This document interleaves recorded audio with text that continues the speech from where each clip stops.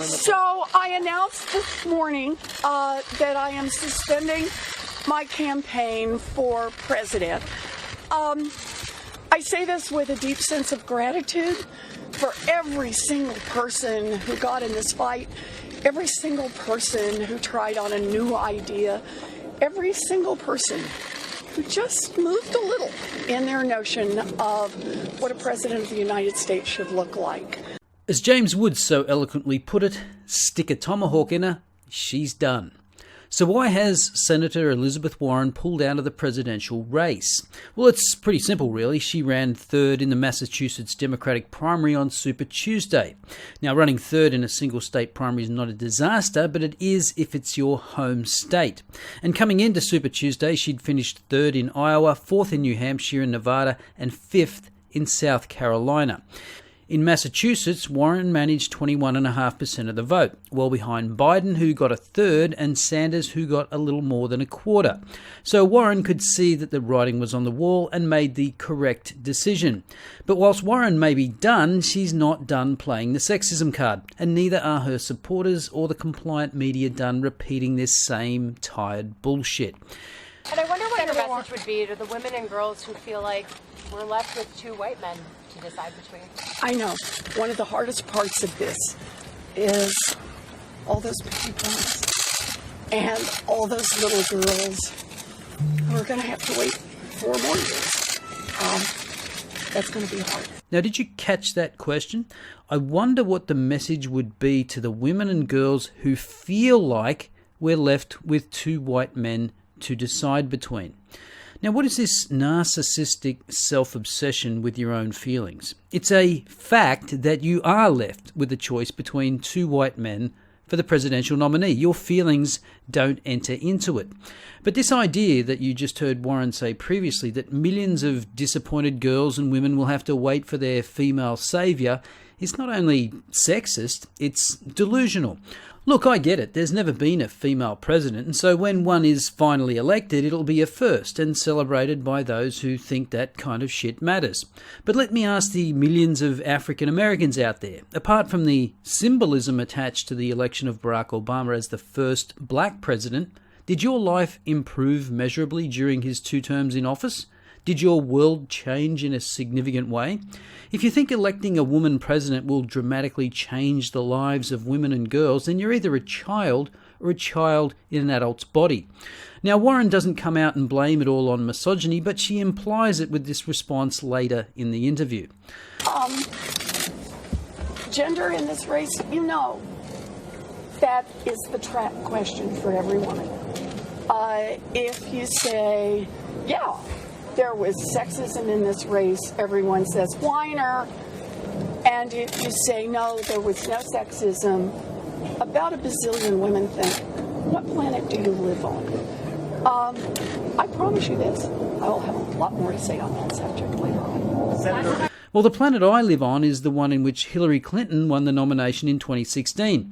I guess that must have been the pantsuits. Oh, but it was misogyny that cost Clinton the presidency. Yeah, that makes sense given that almost 3 million more Americans voted for Hillary Clinton than Trump. By the way, why hasn't the misogyny angle been wheeled out against Tulsi Gabbard or Amy Klobuchar? Why is it only being proffered in the case of Warren? Katie Herzog, writing in Reason, provides an explanation. Warren's followers are both primed to see sexism everywhere and so enamoured with their candidate, so sure of her and their own righteousness, that they're unable to see any of the flaws that are so apparent to anyone outside their bubble. This was exemplified by this ridiculous tweet from a now famous for all the wrong reasons Yale professor, attracting one of the biggest ratios on Twitter I've ever seen. This is a philosophy professor at Yale. So perhaps it's not that surprising. Anyway, let's put some data around the Massachusetts primary result. Again, remembering that this was Warren's home state. According to exit polls, Warren did significantly better amongst women, getting 24% of the female vote as opposed to only 17% of the male vote. So there's your smoking gun. Misogyny is rampant in Massachusetts. Or is it? See, we can all play this game of asserting truths with no evidence if we want to. Why couldn't the interpretation of that be misandry? Warren attracted more of the female vote because she attracted the misandrists that think genitals are more important than policy.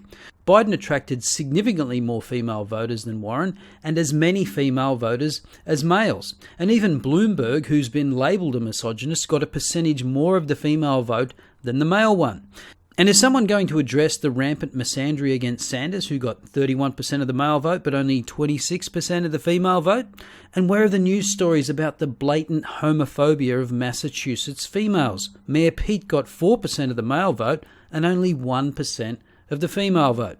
Herzog wrote of the Warren campaign, Warren could have focused on the working class. Instead, she focused on the wokest class. She advocated for social positions that may resonate with highly educated, largely white activists, but just don't appeal to a broad base of Americans across race and class.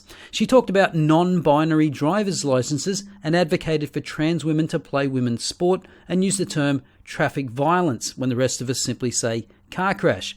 She's out of touch, or at least her advisors are, and there aren't enough Oberlin grads for her to win Ohio, much less the swing states that will likely determine the outcome of the 2020 race.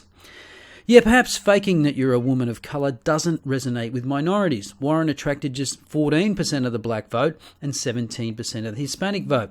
And just as an aside, it's interesting to note that Bloomberg, who has been labelled a racist for his support of stop and frisk policies during his time as mayor of New York, polled significantly better amongst black voters than white voters. How could that be? Well, perhaps that's because the woke, as Katie Herzog said, are largely highly educated white activist types, whereas black voters actually think what Bloomberg did as mayor was good for the city. Anyway, you can use exit polls as a Rorschach test depending on your ideological viewpoint, but there's no compelling evidence that Warren's poor showing in her home state was because of misogyny. And just to emphasise the liability of wokeness, remember this tweet from Warren. Black, trans and cis women, gender non-conforming and non-binary people are the backbone of our democracy, and I don't take this endorsement lightly. And then there was this response to a 9-year-old trans boy who asked what Warren would do to keep kids like him safe. For my Secretary of Education, the first, it has to be someone who's taught in a public school. Hello? And part two, because it came from a young trans person who asked about a welcoming community, and I said it starts with a Secretary of Education who has a lot to do with where we spend our money, with what gets advanced in our public schools, with what the standards are. And I said, I'm going to have a Secretary of Education that this young trans person interviews on my behalf. And only if this person believes that our Secretary or Secretary of Education nominee is who is committed to creating a welcoming environment, a safe environment, and a full educational curriculum for everyone, will that person actually be advanced to be Secretary of Education? There's just no need for this woke pandering bullshit.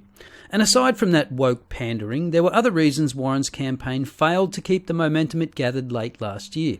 As Peter Suderman of Reason pointed out, she tried to distance herself from the explicit socialism of Sanders by insisting that she was a capitalist to her bones. However, it's tough to maintain that stance when you insist on a punitive wealth tax.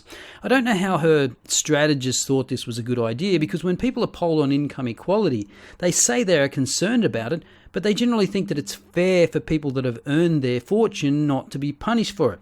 But when you come out with tens of trillions of dollars in new spending plans, I guess you've got to come up with a way to pay for it somehow.